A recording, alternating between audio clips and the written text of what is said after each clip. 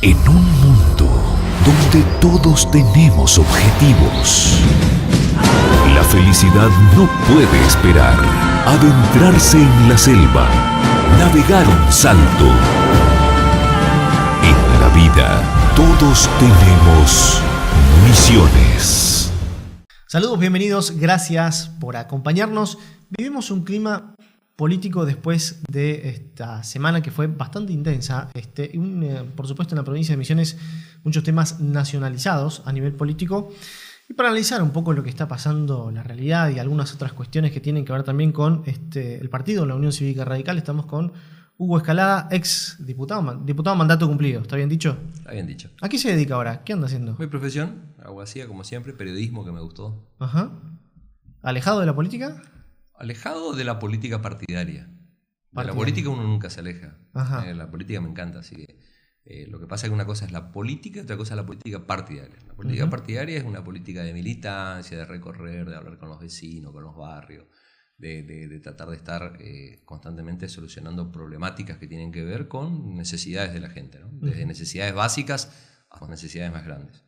Eso se puede hacer cuando estás ocupando un lugar que tiene que ver o con la gestión o con un cargo legislativo, entonces tenés de alguna manera poca, mediana o mucha capacidad de respuesta para ayudar a la gente.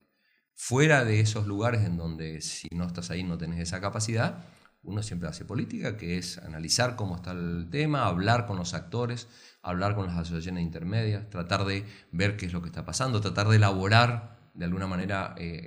yo siempre digo que hay que tratar de elaborar escenarios para más adelante, que uno los debate. La política para mí se trata de eso. Después, si terminas ocupando un cargo o no, si estás o no en una lista, eso ya es un corolario, digamos, un accidente que viene a raíz de lo que hayas hecho antes, ¿no? Un artículo que trascendió durante esta semana, en estos últimos días, hablan el padrón de la Unión Cívica Radical, y que de las últimas noticias que sabíamos, usted no pertenecía más a la Unión Cívica Radical. ¿Esto es así? ¿Sigue estando? ¿Qué sucedió? ¿Cómo es la situación, digamos? Salió una nota en el diario Primera Edición, ahora un par de semanas, donde me enteré, al igual que todo el resto de la gente, que nosotros aparecíamos en el padrón de afiliados de la Unión Cívica Radical, cosa que, a juzgar por la gente de acá del distrito de Misiones, no tendría que ser así porque ellos nos expulsaron. Técnicamente nuestra expulsión generó una apelación que hicimos nosotros ante el Comité Nacional, que es la instancia superior, porque el radicalismo no es un partido provincial, es un partido nacional y las decisiones son nacionales. Claro. Apelamos porque claramente lo dijimos durante todo el tiempo, nuestra expulsión fue absolutamente arbitraria y fuera de contexto. Esto fue en el año 2015. Sí, señor. Bien. Entonces nosotros a partir de ahí hicimos una apelación y a partir de la apelación, obviamente como esa apelación no está decidida en Buenos Aires, no pueden sacarnos del padrón. Es una conclusión más que obvia que hasta que la apelación no esté resuelta, seguiremos apareciendo en el padrón. Pero de ahí a la noticia que se generó de que volveríamos al partido y de que estaríamos... no se volvería porque tampoco se han ido. Es decir, técnicamente nosotros tenemos todavía abierta la apelación hecha en Buenos Aires. Repito, es un partido nacional. Si fuese un partido provincial, se termina acá. Te expulsa un partido provincial y bueno...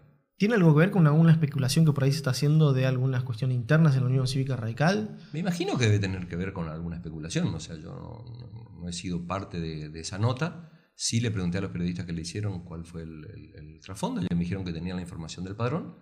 Y bueno, lo que yo hice, por lo menos desde mi punto de vista, más allá de lo que ha hecho María Lozada, fue salir a los medios que me invitaron a hablar, obviamente, anticipando que no, bajo ningún punto de vista. O sea, yo no he pedido que me echen, no he pedido volver tampoco. No coincido absolutamente con esta posición del radicalismo dentro de Cambiemos. Nosotros fuimos a Gualeguaychú a luchar en contra de esta alianza con Cambiemos y eso nos ha valido la expulsión. O sea, después se utilizó un mandato partidario para pedir que votemos por Bordón en el bloque y como no votamos nos echaron. Eso en la historia del radicalismo nunca ocurrió. Han habido infinidad de bloques radicales, no solamente en la legislatura provincial, en el Congreso de la Nación, en bloques que, siguiendo dentro de la Unión Cívica Radical, armaban un interbloque porque tenían diferencias. Nunca fue causal de expulsión, pero no importa, es un tema viejo. Utilizaron ese tema para expulsarnos, nosotros apelamos en su momento, pero de ahí a volver a militar en las filas de una Unión Cívica Radical absolutamente derechizada, conservadora y furgón de cola del proyecto del PRO, bajo ningún punto de vista. Es decir, ¿siguen pensando en lo mismo que absolutamente provocó aquella disrupción, digamos, en aquel momento? ¿Siguen teniendo... No es que, yo te diré que nos seguimos pensando. En ese momento pensábamos, me usaste bien el verbo pensar, ¿no? Pensábamos que podía llegar a suceder. Ahora tenemos la absoluta seguridad de que fue así. Pensábamos que el radicalismo iba a ser furgón de cola. El radicalismo terminó furgón de cola. No tiene un solo ministro, no tiene gente en el poder de decisión. Tienen que andar pidiéndole al presidente para que los invite a una cena en Olivos para mostrar que por lo menos los invita a sentarse para discutir algunas cuestiones. Los mismos dirigentes del radicalismo te dicen que las grandes discusiones no fueron parte, no se enteraron de que se arreglaba con el Fondo Monetario, no se enteraron de que las Fuerzas Armadas vuelven a hacer seguridad interior. Digo, todo lo que fueron banderas históricas de la Unión Cívica Radical fueron dejadas de lado. Entonces, ¿volver a la Unión Cívica Radical para qué? Pero aún así la estructura, digamos, sigue respondiendo y sigue estando dentro del frente de Cambiemos. Sí, obvio, sí. La Unión Cívica Radical sigue estando dentro de Cambiemos. El radicalismo, que es otra cosa, me enseñaron a ser radical y el apotegma radical era que se rompa pero que no se doble. O sea, mi época de mayor militancia fue en la época de Alfonsín, donde Alfonsín llevó a la Unión Cívica Radical a ser parte de la Internacional Socialista. La Unión Cívica Radical fue expulsada de la Internacional Socialista. Nosotros teníamos un alineamiento pro mercado común sudamericano. ¿Te acuerdas que Sarney y Alfonsín fueron los que dieron el puntapié? Este gobierno ha dejado de lado toda la unidad de países latinoamericanos para ir a cerrar con Estados Unidos. Digo, la mayoría de las cosas que se ha hecho van en contra del ideario histórico de la Unión Cívica Radical. Así que, y no te lo estoy diciendo yo. Si lo escuchás, habrás escuchado, te lo está diciendo Ricardo Alfonsín. Para mi gusto, tardíamente, después de casi 3 años. Lo está diciendo el Chanqui Cáceres. Lo está diciendo la Unión Cívica Radical de Capital Federal, que hoy lo tiene a Lustó y están diciendo que no van a ir con Cambiemos en las elecciones que vienen. O sea, lo está diciendo la gente que está dentro de Cambiemos, ¿no? Yo no estoy ahí. No estás ahí. No. Fuera del esquema. No he estado ni desde el primer momento. O sea, he estado absolutamente en desacuerdo con que la Unión Cívica Radical esté en este esquema, que le va a costar muchísimo. Le va a costar muchísimo a la Unión Cívica Radical despegarse de esto. Muchísimo. ¿Socialmente? ¿Políticamente? Políticamente. O sea, la Unión Cívica Radical no puede decir que no ha estado sosteniendo cada una de las medidas que ha llevado adelante este gobierno, desde el endeudamiento, desde los problemas que tenemos en la economía, con otros temas que son fundamentales para el país, y que como todo siempre con el tiempo se termina viendo, ¿no? En el momento muchas veces uno mira para otro lado, pero después con el tiempo las cosas decantan. Es bueno separar, los momentos de gestión, el tiempo de gestión, a lo que sería un escenario electoral. Sí. ¿Cómo ves en ese contexto, digamos, o en este contexto actual, la negociación o cómo se podría conformar ese frente Cambiemos el año que viene, digamos, teniendo en cuenta la situación económica del país, la situación política, la necesidad política también de contar con un espacio muy fuerte como es el radicalismo a nivel nacional y provincial también? Mira, no tengo idea. En el radicalismo hay voces cada vez más fuertes en contra de seguir, por lo menos en esta instancia, con Cambiemos. Están hablando, hace días atrás, Alfonsín largó Espacio de Pensamiento Alfonsinista, EPA, que es un movimiento en el cual ya han salido con un documento muy crítico. El presidente de la Convención Nacional de la Unión Cívica Radical ha sido lapidario diciendo que ya no hay ningún motivo para seguir en Cambiemos. El radicalismo de Capital Federal, como te estoy diciendo, con Lustó a la cabeza, ya han dicho que no piensan hacer ningún tipo de acuerdo con la reta. Digo, te estoy hablando de los principales distritos del país, así que no sé cuál va a ser la suerte, no sé si el radicalismo, yo creo que va a seguir en Cambiemos porque no tiene dónde ir, no tiene alternativa, ¿dónde va a ir el radicalismo? Así que para mí van a seguir adentro de Cambiemos, no tienen plan B. Si vos me preguntás en cuanto a alianza electoral, yo creo que van a seguir con Cambiemos, no tienen absolutamente, no tienen margen de maniobra. En los últimos días, y por estas decisiones del Fondo de la Soja y demás, han tomado muchísima entidad la opinión y la postura de los intendentes, en este caso de la provincia de Misiones. Como dirigente político, ¿tenés contacto con ellos? ¿Te manifiestan algo en este sentido? Mira, uno siempre tiene los contactos que va generando en la política, ¿no? Que lo genera a través de años de militancia y que lo genera también en función de ciertos alineamientos que uno tiene en cuestiones que sabe, porque administrar el municipio es muy diferente a administrar cualquier otro espacio de poder. Así que yo creo que los intendentes están en una encrucijada bastante brava con este tema. La provincia ha salido a decir que parece ser le van a compensar a través de una compensación a través de ANSES. Bueno, más allá de que le compensen o no, esto para los intendentes es un golpe bastante fuerte.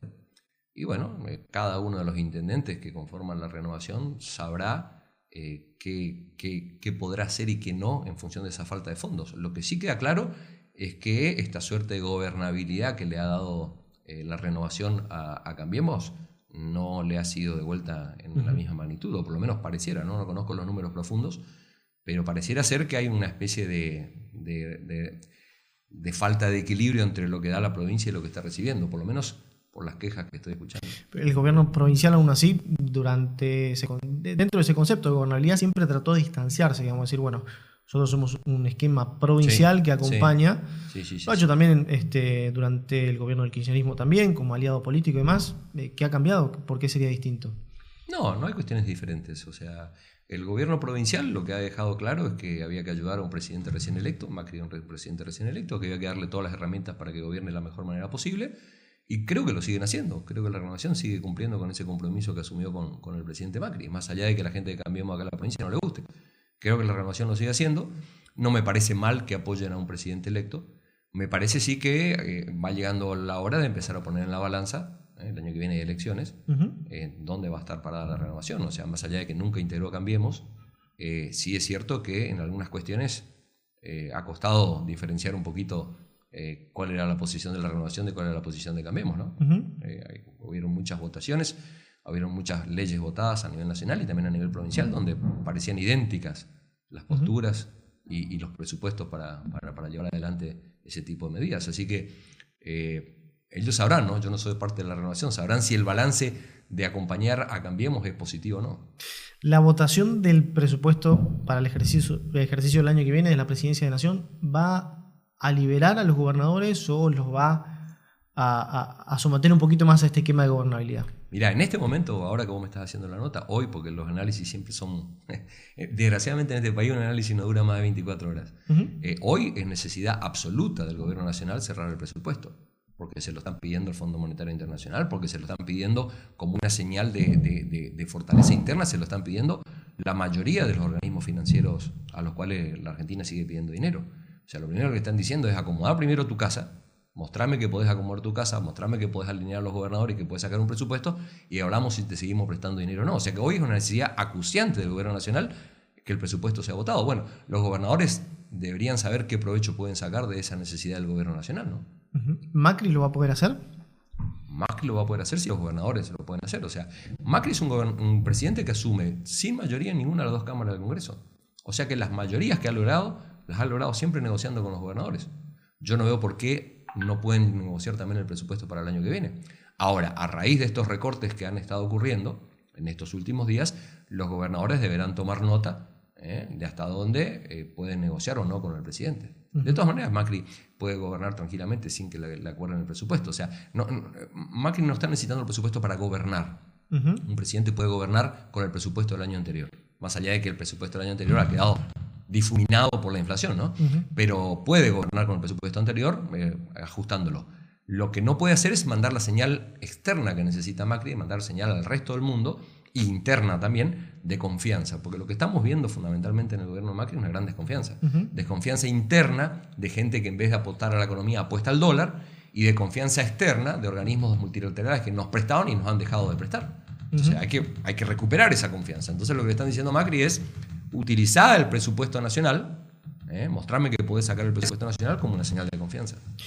Aún así, el escenario electoral lo plantea a Macri, depende de la semana también, como decís, una opinión vale hasta 24 horas. Sí.